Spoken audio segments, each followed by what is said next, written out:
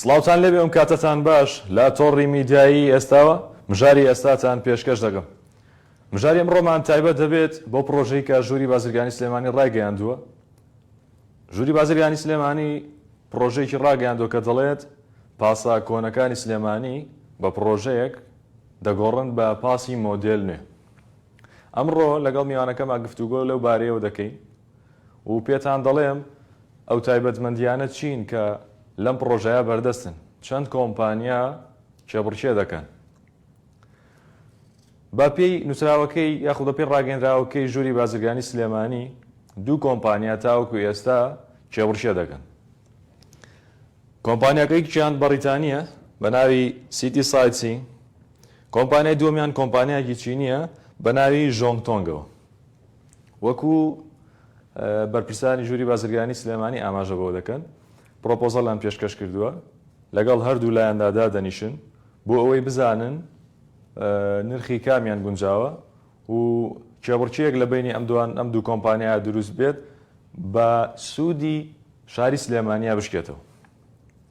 دەمەوێت سەرنجتان بۆ تایبەتمەندیەکانی پاسەکانی ئەم دوو کۆمپانیا ڕابکێش.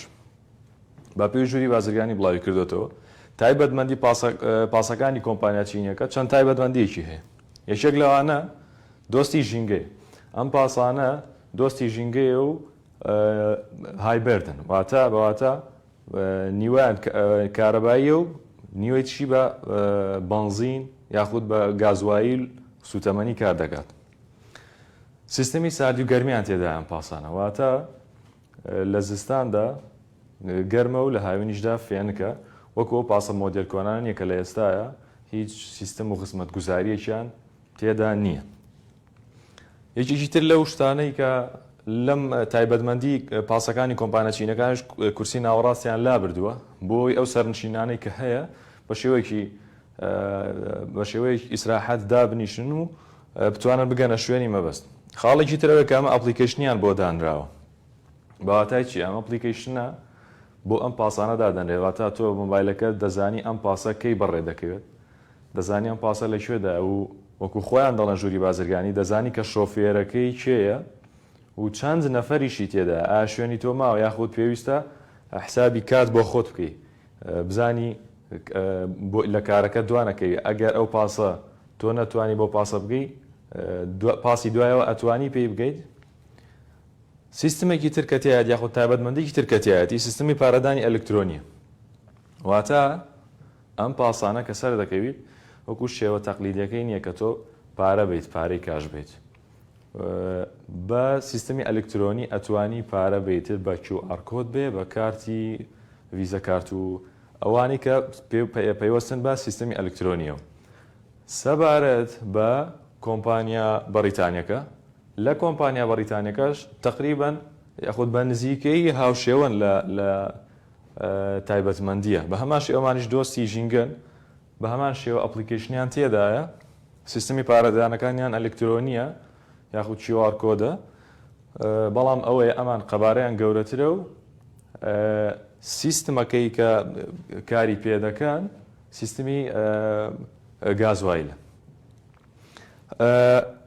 هەر سەبارەت بە سیستمی پاسەکان لە جیهاندا راپۆرتێکمان بۆ ئامادەکردن با بزانین سیستمی پاس لە جیهاندا چۆناییە، چ وڵاتێک باشترین سیستمی پاسی هەیە و کۆمەڵێک لەم پرسیاران تر. وەڵامی ئەم پرسیارانە و چەند پرسیارێکی تر لەم راپۆرتەیە فەرموو با پێکەوە بینێریبین. هۆنگ کۆنگ باشترین و گەورەترین سیستەمی گواستنەوەی گشتی هەیە لە جیهاندا کە نرخیان گونجاو. لە سیستەمی پاسە پێشکەوتوەکانی جیهاندا دوگمەی داواکاری وەستان هەیە کە ئاماژەیە بۆ ئەوەی سەرنشینێک دەیەوێت داببەزێت. سیستەمی پاسەکان لە وڵاتانی جیهاندا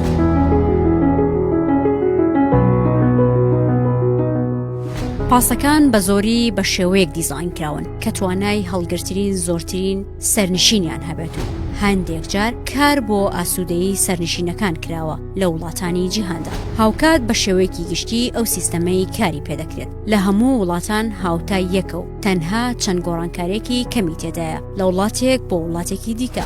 لە جیهاندا هۆنگ کۆنگ لە پێشەنگی لیستەکەدایە و ناسناوی باشترین سیستەمی گواستنەوەی گشتی لە جیهاندا بەدەستهێناوە. ئەوەش بەهۆی ئەوەی کار ئاسانی ڕۆژانە بۆ زیاتر لە 10 میلیۆن هاوڵاتی دەکات بە باشترین سیستەم کە بەردەوام لە گەشەکردندایە و چەندین خزمەتگوزاریشی تێدایە.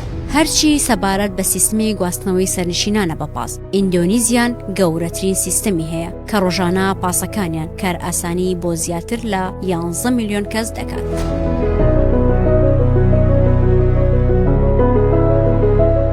لە ڕووی چۆنەتی کارکردنیانەوە زۆربەی پاسەناوخۆیەکان سیستەمی داواکاری وەستانیان تێدایە کە سەرنشینەکان دەبێت دوگمەی سووردا بگرن بۆ ئەوەی بە شۆفێرەکە بڵێن کە دانەوێت دابەزن. هەروەها وێزگەکانی بەگشتی لە دەوروبەری 200 بۆ 500 مەتر لە یەکتر دوورن، بەڵام پاسی ڕێگاخێراکان وێزگەکانیان لە یەکتریەوە دوورترە. ئەم پاسانە زۆر جار لەلایەن دەسەڵاتی گواستنەوەی شارەوانیەکانەوە بەڕێوە دەبرێن و بەشێکیان لەلایەن حکوومەتەوە پارەیان بۆ دابین دەکرێت. خەڵک کرێی گەشتەکە دەدەن کە یارمەتی دابینکردنی خەرجەکانی کارکردن و وەبەرهێنانی سەرمایەکی سیستەمی گواستنەوە دەدات لەو وڵاتەدا. سەبارەت بە شێوازی پارەدان لە زۆرێک لە وڵاتانی جیهاندا سیستەمەکە ئەلکترۆنیە و لە ڕێگای QR کۆدێکەوە کە پێشتر بە مۆبایلەکەی دەستت دەیکڕێت دەتوانیت پارەکە بدەیت. ئەوە سەرباری ئەو خزمەتگوزاریانەی لە سەلامەتی، کواڵێتی و سیستەمی ساردی و گەرمی پێشکەشی سەرنشینان دەکرێت.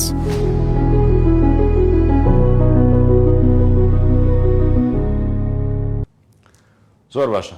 هەر سەبارەت بۆ سیستەمە شۆفێرانی پاسەکانی سلێمانی قسەیان بۆ تۆڕی میدیای ئێستا کردووە. دەڵێن ئەگەر ئەم سیستەمە بە شێوەی قیستی درێژخایەن بێ سوود بە ئێمە و بە هاوڵاتیانیش دەگەێنێ و بەڵە بێگومان پشتگیری دەکەین.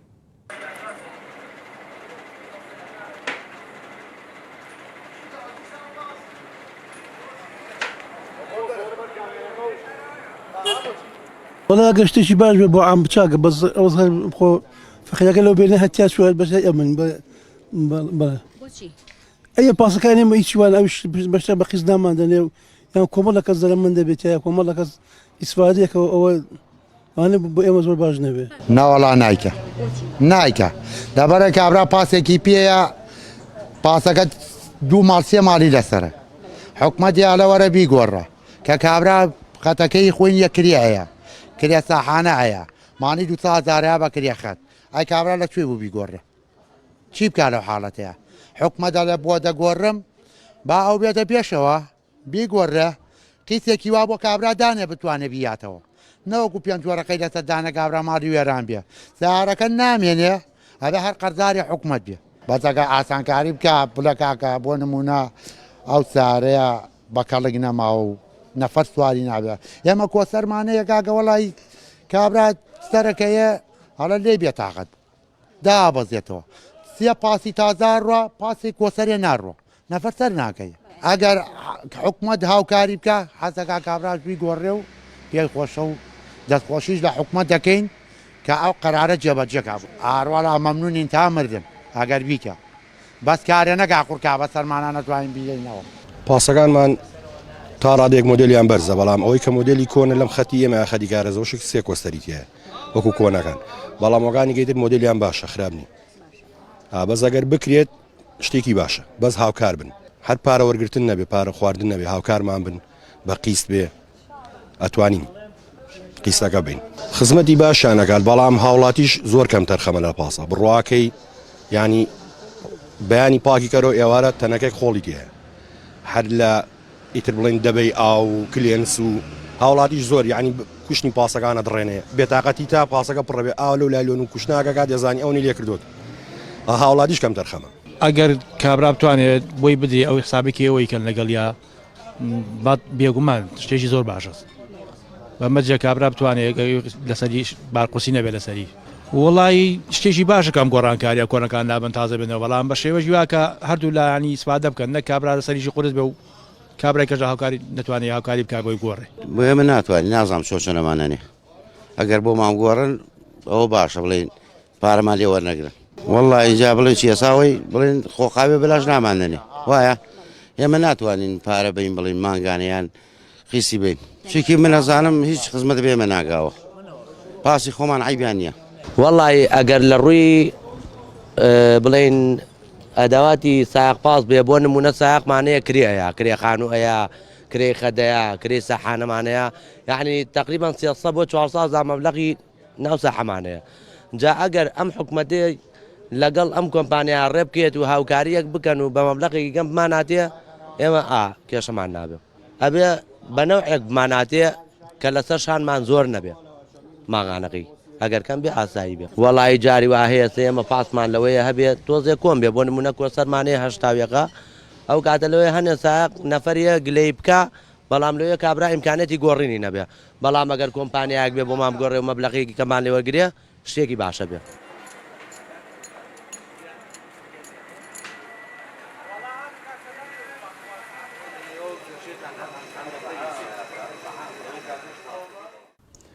هەر سەبارەت بە گۆڕنی پاسەکان لە سنووری سلێمانی وەک ئاماژەم پێکرد بوو پێشتر ژووری بازرگانی سلێمانی پرۆژێکی پێشکەش کردووەکە دەیەوێت پاسە کۆنەکان بگۆڕێت بۆ پاسی نوێ. هەر سەبارەت بەو باسە میوانداری زۆر بەڕێز حاجی عوبێد ئەحمەد دەکەین ئەندامی ئەنجومەنی کاریگەڕی ژووری بازرگانی سلێمانیە. کاک حاجی سڵاو لێ بێم کاتەوە باش سپاس بۆ دەرفەتەکەت. سڵاو بۆ بەڕێستان ئێوارەتان باش زۆر سپاس بۆ جەنابتان. هەر بژی کاک حاجییان سەبارەت بەو پرۆژەی باسم کرد پرۆژەی گۆڕینی پاسەکان لە کۆنەوە بۆ نوێ وردەکارێکی هەڵبەت لای جەنابتانە پێمان خۆشە بە وردەکاری بۆمان باس کرد ئەم پرۆژەی ئەوە دەستان پێ کردووە چۆناهیە و کەی دەست پێ دەکات و بە کوێش گەشتووە. بەڵێ وەکو بەڕێزتان ئاگادارن ئەم پرۆژەیە ئێمە تقریبان چەند مانگێکە سەرقاڵین کۆکردنەوەی معلومات و داتاکانین لە ناو شاری سلێمانیدا لە بیدایەت کە پرۆژەکەمان ئامادە کرد و گەڵاڵە کرد دوای سەردانی سندیکای ژمێریارانی سندیکای شۆفێرانی کوردستانمان کرد هەستان بە وەرگرتنی داتای پاسەکانی ناو شاری سلێمانی و ئەم پرۆژەیە مەتجارێ بیدایەت تەنها بۆ ناو شاری سلێمانیە کە داتاکەمان وەرگرت زیاتر لە 1000 پاسی تایە لە خەتەکانی ناو شار لەو 1000 پاسەیە 206 پاسی کۆنیان تایە کە تەمەنیان لە سەر و 40 ساڵەوەیە یعنی واتە لە مۆدلی 1970 ئێمە بە تەمان لە قۆناغی یەکەمدا نەهێشتنی ئەو 206 پاسەیە لە ئێستادا ئێمە سەرقاڵی ئەوەین کە لەگەڵ کۆمپانیایەکی چینی دانیشتون تاوتێمان کردووە و هەروەها لە ئێستادا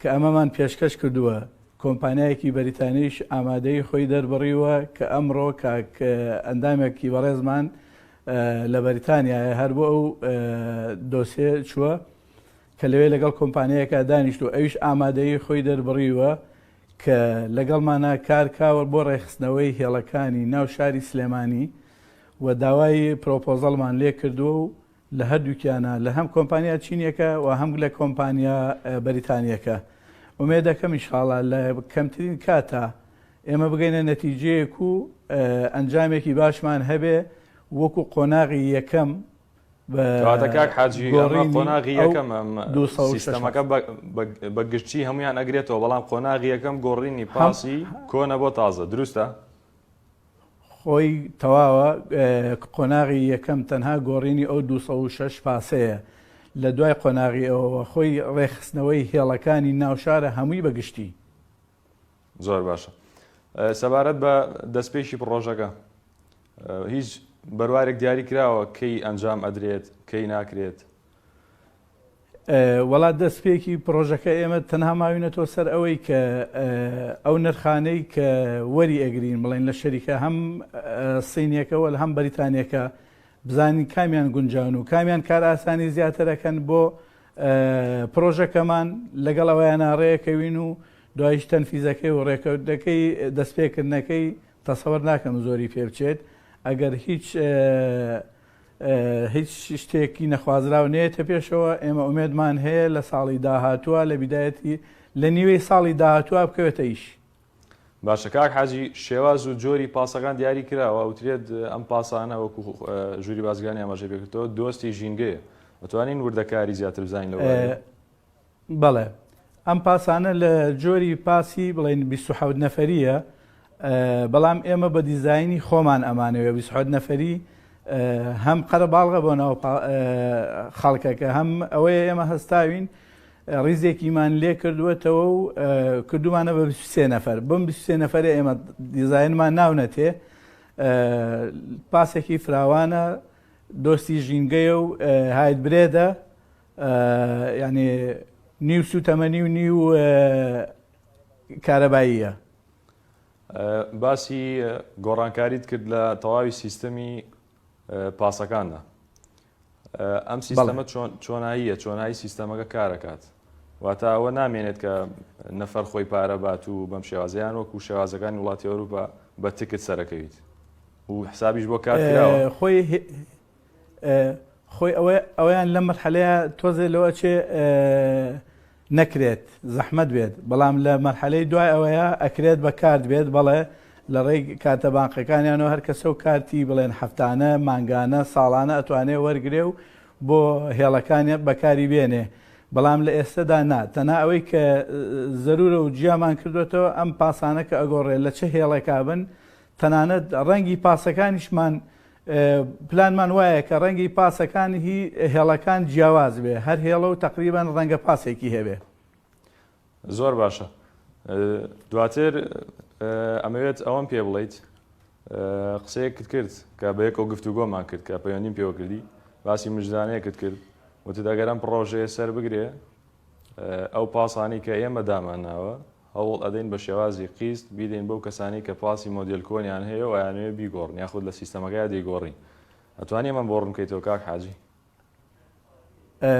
بەڵێ لە ڕاستیدا ئەوە یەکێکە لە ئامانجەکانمان هەم دانیشتون لەگەڵ سەرمایەدارێکی نیشتمانی خۆمانە هەم لەگەڵ شەریکە سینیەکەش و بەریتانیەکەش شێوازی پارەدانەکان باسمان کردووە لەگەڵیانە چاوەڕێیانەکەین ئۆفری کامیان زیاتر بێت هەم بەبێ سوودە هەم بە بێ پێشەکیشە هەموو ئەو خاوەن پاسە کۆنەکان ئەتوانن سوودمەندی 100% بن ینی لە پێشێکیە هیچ بارەیەک نادات تەنها مانگانەیەکی کەم نەبێ و قستەکەشیان درێژخایەنە ینی لە سەروی 10 ساڵەوەیە. زۆر باشە. ئەمەوێ پرسیارێکی تر بکەم لەسەر شێوازی پاسەکە ڕاستی پێم وا بێ وتان پاسەکە 80 سانتیمەترە و ئەو بینەی لابراوە ئەکرێ وردەکاری زیاترم لەسەر پاسەکە پێ بڵێ ئەژوترێ بابەتێکی ترێ وترێ کامێرەیان تیادانرێ کامێرەی چاودێری ئەوە دروستە؟ بەڵێ ینی پاسەکان هەمویان مۆدلی 2024 کەمتر نابن کە بکەوینە 25 بن پاسێکی مۆدلی نوێیە و هەموو سیستمێکی تازەگەری تایە و سیستەمی کامێرەشی تایە و ئەکرێت لە ڕێی محەتەکەەوە یان هەر لە ژووری ڕێ ژووری بازرگانی شۆ چاودێری هەمویان بکرێت. کاک حاجی هەڵبەت لای جەناب بڕوونە هەر پاسە یاخود هەر ئۆتۆمبیلێک مەرجی سەلامەتی و کوالیتی خۆی هەیە ئەو پاسانی کە هێنرێن مەرجی سەلامەتی و کوالیتیان تێدایە و لە ئاستی ستانداردەجیانەکانن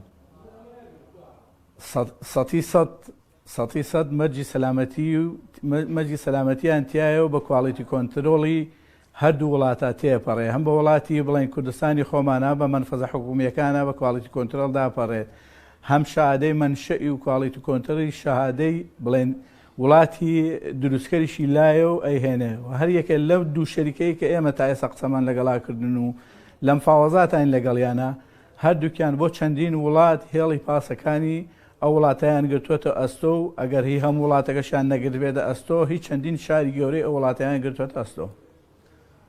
ئەمە بکەمە کۆتا پرسیارم کاک حاجی سەبارەت بە نرخی کرێی گواستنەوەیە لە پاسەکان ئەم هەنگاوی ئێوەم پرۆژەی ئێوە نابێتەوەی ئەوەی دیاریکردنی نرخێک و واتە نرخێکی جێگیریان هەبێت و ئەو نرخە لەسەر هاوڵاتیان دیاری بێ و زیاد و کەم نەکە؟ وەڵای جا ئەو نرخە ئەبێت دوایی لەگەڵ بڵێن سندیکای شۆفێران و چاودێری بازرگانی و ژووری بازرگانیە ئەوەیە چاودێریان بکەین و نرخێکە تهدید بکرێ. حاجی عوبێد ئەحمەد ئەندامی ئەنجومەنی کارژێڕی ژووری بازرگانی سلێمانی زۆر سپاس بۆ دەرفەتەکەت. سپاس بۆ بەڕێستان شەوتان شاد.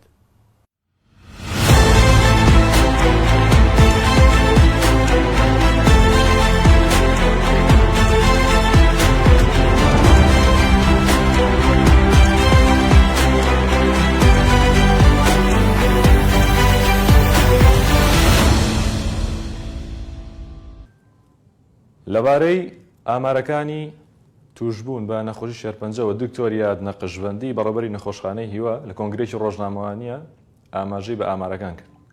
هاوکات باسی لە چەند خاڵێکیش کرد دەمەوێت بە کورتی پێتان بڵێم. یەکێک لەو خاڵانی کە زۆر گرنگ بووە و کەوتی ئەم نەخۆشانەی کە ئەم ئامارانی کە بڵاو دەکرێتەوە لە نەخۆشخانەی هیوە تەنها تایبەت نییە بە پارێزگای سلێمانی، پێویست ناکات هاوڵاتیانی پارێزگای سلێمانی لە دڵڕاوچەیە بەڵکو ئێمە لە زاخۆ هەتاوەکو بەسڕە چارەسەری نەخۆشەکان دەکەین و خزمەتیان دەکەین. خاڵێکی ترەوە بکاوتی نەخۆشخانەی هیوای گەورە لە 12 بۆ تەرخان کراوە تا 12 زەوی لە هەواری شار تەرخان کراوە بۆ نەخۆشخانەی هیوای گەورە و داواکار بووکە بە زووترین کات ئەم پرۆژەیە جێبەجێ بکرێ لەبەرەوەی کە پێویستێکی زۆریان پێیەتی و دەتوانێت ببێتە خزمەتێکی زۆر باش بە تەواوی نەخۆشان لە هەموو عێراق.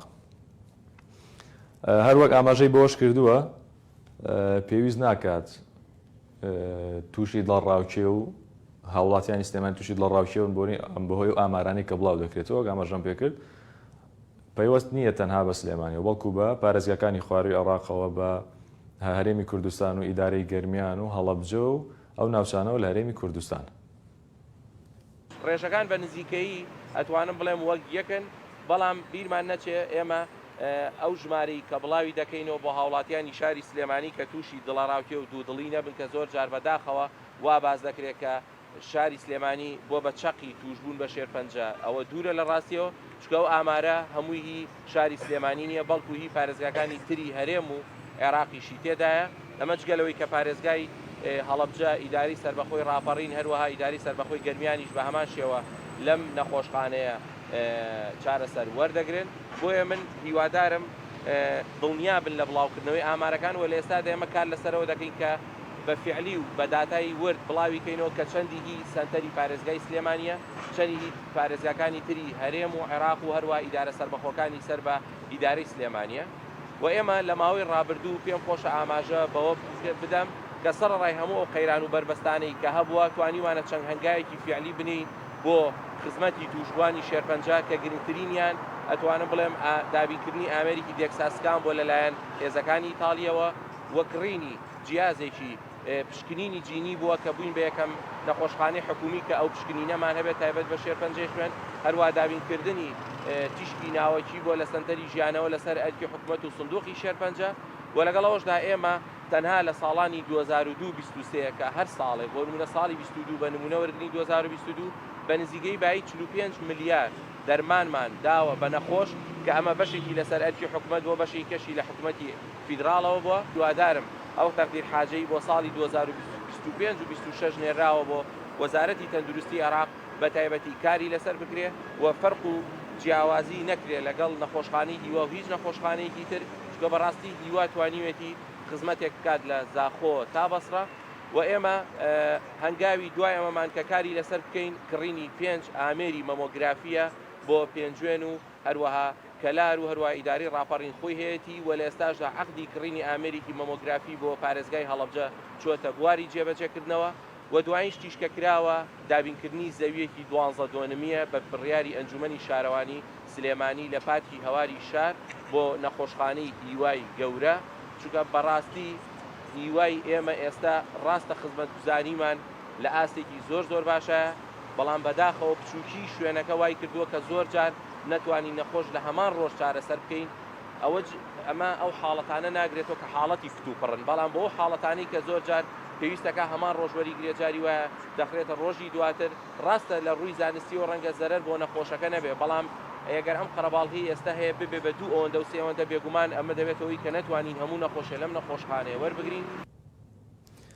هەر ئەمڕۆ لە ڕێوڕسمێکدا بە بەشداری کەسوکاری شەهیدان و ئەنفالکراوان با شێوەی تیر و پشک زەوی بەسەر کەسوکاری شەهیدان و ئەنفالکراواندا دابەش کرا. لەو بارەیەوە ئەدیب لەتیف بەڕێوەبەری بەڕێبەتی گشتی کاروباری شەهیدان و ئەنفالکراوان بۆ تۆڕی میدیایی ئێستا قسەی کردو.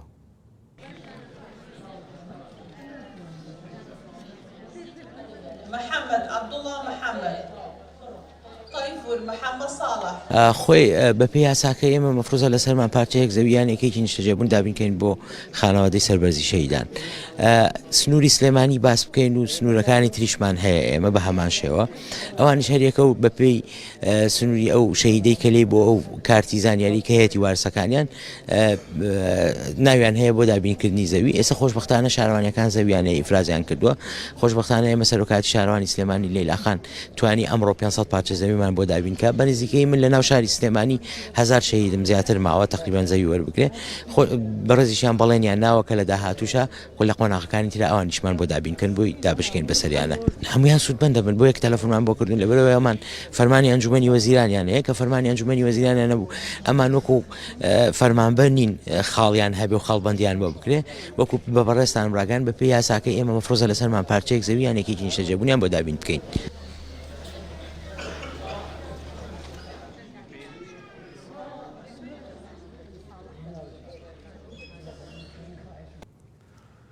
دەربارەی موچەی کەماندامان و خاوەن پێداویستی تایبەت لە کۆنگرێکی ڕۆژنامەوانیدا ئەمڕۆ بەڕێوەبەرایەتی گشتی چاودێری و گەشەپێدانی کۆمەڵایەتی سلێمانی داوای لەو کەسانە کرد کە خاوەن پێداویستی تایبەت و کەمەندامن بە زووترین کات بچن بایۆمەتریەکانیان تەواو بکەن چونکە ئەگەر ئەو کارە نەکەن ناتوانن موچەکانیان وەربگرن. ئێمە ئەمڕۆ ئەم کۆنگرێ ڕۆژنامەوانیەکەین داوا لە سەرجەم خاوەن پێداویستی تایبەت و کەمەندامانەکەین لە سنووری پارێزگای سلێمانی و ئیدارەی گەرمیان بە سەرجەم قەزا و ناحێ و گوندەکانەوە داواکارین بە زووترین کات تکایە سەردانی ناوەندەکانی تۆماری بایۆمەتری بکەن ئەو کەمەندامانەی کە بایۆمەتریان نییە UPNیان نییە و هەر ئیشکالێک هەیە لە بایۆمەتریەکانیان بە زووترین کات سەردان بکەن بۆ ئەوەی بایۆمەتری و UPNیان بۆ بکرێت لەبەر ئەوەی کۆتا ڕۆژ 2011 دیاری کراوە هەر کەم ئەندام و خاوەن پێداویستی تایبەت تاوەکو 2011 نەتوانێت بایۆمەتری و UPN نەکات موچەکەی ڕائگیرێ لەلایەن حکوومەتی عێراقەوە و ناوی داخڵی لیستی موچەی حکوومەتی عێراق ناکرێت. بژاری ئێستان پێشکەشکردن ئاسوودە بن.